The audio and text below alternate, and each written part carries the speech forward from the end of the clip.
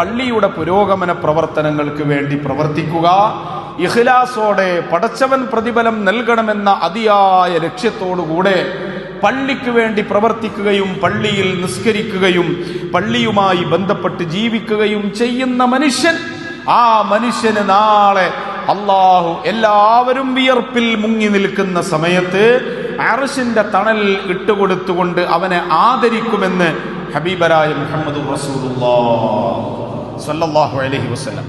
അതുകൊണ്ടാണ് പള്ളി പരിപാലിക്കണം. പള്ളി പരിപാലനം അതേറ്റവും സുന്ദരമായ ഒരു ഇബാദത്താണ്. നമ്മുടെ സമുദായത്തിൽ നാം കാണുന്നത് സാമ്പത്തികമായി നല്ല ഇൻകം വരുന്ന പള്ളികളാണെങ്കിൽ അവിടെ പരിപാലന സമിതിയിലേക്ക് കടന്നു വരാൻ തിക്കും തിരക്കുമായിരിക്കും. ഇൻകം വരുന്ന പള്ളികളിൽ. ഇൻകം വരാത്ത പള്ളിയിലോ ചിലപ്പോഴൊക്കെ പോക്കറ്റിൽ നിന്നെടുത്ത് ചിലവഴിക്കേണ്ടി വരും, പിന്നീട് അത് വരും. അങ്ങനെയുള്ള സാഹചര്യമുള്ള പള്ളികളാണെങ്കിലോ പലപ്പോഴും പിറകിലായിരിക്കും നമ്മുടെ സമുദായം അതിന്റെ പരിപാലന വിഷയത്തിൽ. എല്ലാ സ്ഥലത്തുമല്ല, പക്ഷേ അങ്ങനെയൊക്കെ ചില സ്ഥലങ്ങളിലെങ്കിലും നമ്മൾ കാണാറുണ്ട്. പക്ഷേ ഇഖ്ലാസുള്ള മനുഷ്യൻ, ഈമാനുള്ള മനുഷ്യൻ അള്ളാഹുവിന്റെ ഭവനമാണ് എന്നോർത്തുകൊണ്ട് അതിനെ പരിപാലിക്കാൻ കടന്നു വരുന്നവർക്ക് ഇൻകം ഒരു പ്രശ്നമല്ല. ഇൻകം വരട്ടെ വരാതിരിക്കട്ടെ, ഞാൻ അള്ളാഹുവിന്റെ പള്ളി പരിപാലിക്കാനാണ് ഇറങ്ങിത്തിരിച്ചത്, അള്ളാഹു എന്നെ സംരക്ഷിക്കും, അള്ളാഹു എന്നെ തളർത്തില്ല. ആ നീയത്തോടുകൂടെ, ആ വലിയ ഉദ്ദേശത്തോടുകൂടെ കടന്നു വന്നാൽ അള്ളാഹു അവനെ സഹായിക്കും. അങ്ങനെ പള്ളി പരിപാലിക്കേണ്ട മനുഷ്യന്റെ ഏറ്റവും വലിയ ഒരു അടയാളം വിശുദ്ധ ഖുർആനിൽ സൂറത്ത് തൗബയിൽ അള്ളാഹു പറഞ്ഞു, ഓ നബിയെ, പള്ളി പരിപാലിക്കുന്നവന്റെ ഒന്നാമത്തെ അടയാളം, അത് പള്ളി പരിപാലിക്കുന്നവന് മാത്രമല്ല, എല്ലാവരും ഈ ഒരു അവസ്ഥയിലേക്ക് കടന്നു വരേണ്ടവരാണ്. പ്രത്യേകിച്ചും പള്ളി പരിപാലിക്കുന്നവനാണെങ്കിലോ നബിയേ, പള്ളി പരിപാലിക്കുന്നവർ ആരാണ്? മൻ ആമന ബില്ലാഹി വൽ യൗമിൽ ആഖിർ. ഒരിക്കലും നമ്മൾ ഇതര സമുദായത്തിൽപ്പെട്ടവരെ പള്ളിയുടെ കമ്മിറ്റി അംഗമാക്കാറില്ല. അതെന്തേ കാരണം? ഖുർആൻ പറഞ്ഞു മുസ്ലിമീങ്ങളാണ് പള്ളി പരിപാലിക്കേണ്ടത്.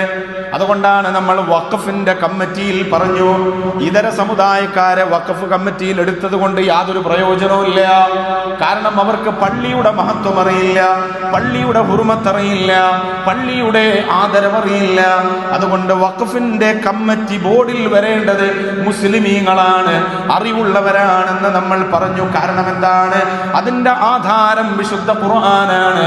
ഇന്നമാ യഅ്മുറു മസാജിദല്ലാഹ്, അല്ലാഹുവിന്റെ പള്ളി പരിപാലിക്കേണ്ടവർ, വഖഫ് സ്വത്തുക്കൾ പരിപാലിക്കേണ്ടവർ ആരാണ്?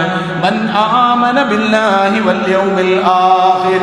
ഈമാനുള്ളവരാണ്, ഇസ്ലാമിക ബോധമുള്ളവരാണ്, ഇസ്ലാമിനെ കുറിച്ച് അറിയുന്നവരാണ് പള്ളി പരിപാലിക്കേണ്ടത്, വഖഫ് സ്വത്തുക്കൾ സംരക്ഷിക്കേണ്ടത് എന്ന് വിശുദ്ധ ഖുർആൻ. ഇന്നമാ യഅ്മുറു മസാജിദല്ലാഹി മൻ ആമന ബില്ലാഹി വൽ യൗമിൽ ആഖിർ.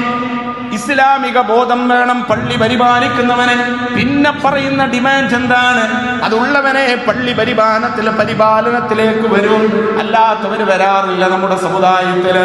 പിന്നെ പറയുന്ന ഡിമാൻഡാണ് നിസ്കാരം നിലനിർത്തുന്നവനായിരിക്കണം. മനസ്സിലായോ? നിസ്കാരം നിലനിർത്തുന്നവരായിരിക്കണം. എല്ലാ സമയത്തും പള്ളിയിൽ വരാൻ ഒരുപക്ഷെ സാധിച്ചു കൊള്ളണമെന്നില്ല, എന്നാൽ പോലും പരമാവധി പള്ളി പരിപാലിക്കുന്നവർ പ്രത്യേകിച്ചും അവര് പള്ളിയിൽ വന്നുകൊണ്ട് നിസ്കരിക്കണേ. ആ നിസ്കാരമാണ് പരിപാലനത്തിന്റെ ഏറ്റവും വലിയ ഭാഗമെന്ന് പരിശുദ്ധ ഖുർആൻ. ഈ പറഞ്ഞതിനർത്ഥം കമ്മിറ്റിയിലുള്ളവരേ ജമാഅത്തിന് വരേണ്ടതുള്ളൂ, അല്ലാത്തവർക്ക് ഇനി എപ്പോഴും വരാം, അല്ലെങ്കിൽ തോന്നുമ്പോ വരാം, അല്ലാത്ത സമയത്ത് വരണ്ട എന്നല്ല. മനസ്സിലായോ? അവര് പ്രത്യേകിച്ചും ശ്രദ്ധിക്കണം, അല്ലാത്തവരും ജമാഅത്തിന് പള്ളിയിൽ വരണം. അങ്ങനെ പള്ളിയിൽ വന്നുകൊണ്ട് പള്ളിയുമായി ഹൃദയത്തിനൊരു ബന്ധമുണ്ടോ? വറജുലുൻ ഖൽബുഹു മുഅല്ലഖുൻ ബിൽ മസാജിദ്. അവന്റെ ഹൃദയം പള്ളിയുമായി ബന്ധപ്പെട്ട് നിൽക്കുന്ന ഹൃദയമാണ്. ഒരു നിസ്കാരം കഴിഞ്ഞാൽ അടുത്ത നിസ്കാരത്തിന് പള്ളിയിൽ വരണം എന്ന ചിന്തയാണ് അവന്റെ മനസ്സിലെ. പള്ളിയുമായി എപ്പോഴും ബന്ധപ്പെട്ടുകൊണ്ട് സുബ്ഹി നിസ്കാരം നിസ്കാരം കഴിഞ്ഞു പോകുന്ന ആ വിശ്വാസിയുടെ മനസ്സിൽ എന്താണ്? പടച്ചവനെ നാഥാ, ളുഹറിന്റെ സമയത്ത് എനിക്ക് പള്ളിയിൽ വരണം, അസറിന്റെ സമയത്ത് എനിക്ക് പള്ളിയിൽ വരണം. ഇങ്ങനെ ഒന്ന് കഴിഞ്ഞാൽ അടുത്ത നിസ്കാരത്തിന് പള്ളിയുമായി ബന്ധപ്പെട്ടുകൊണ്ട് ചിന്തിക്കുന്ന ഹൃദയവിശാലതയുള്ള ഈമാനിന്റെ മാധുര്യമുള്ള ഹൃദയമുള്ള മനുഷ്യൻ അവൻ ആഖിറത്തിൽ വരുമ്പോ അവന് അർശിന്റെ തണൽ അല്ലാഹ് നൽകുമെന്ന് ഹബീബനായ റസൂലുള്ളാഹ് സ്വല്ലല്ലാഹു അലൈഹി വസല്ലം. നിങ്ങൾ ആലോചിച്ചിട്ടുണ്ടോ? അത് ഓരോ ദിവസവും വരുന്ന ജമാഅത്ത് നിസ്കാരത്തിന്റെ പ്രത്യേകതയാണെങ്കിൽ ഹബീബനായ റസൂലുള്ളാഹ് സ്വല്ലല്ലാഹു അലൈഹി വസല്ലം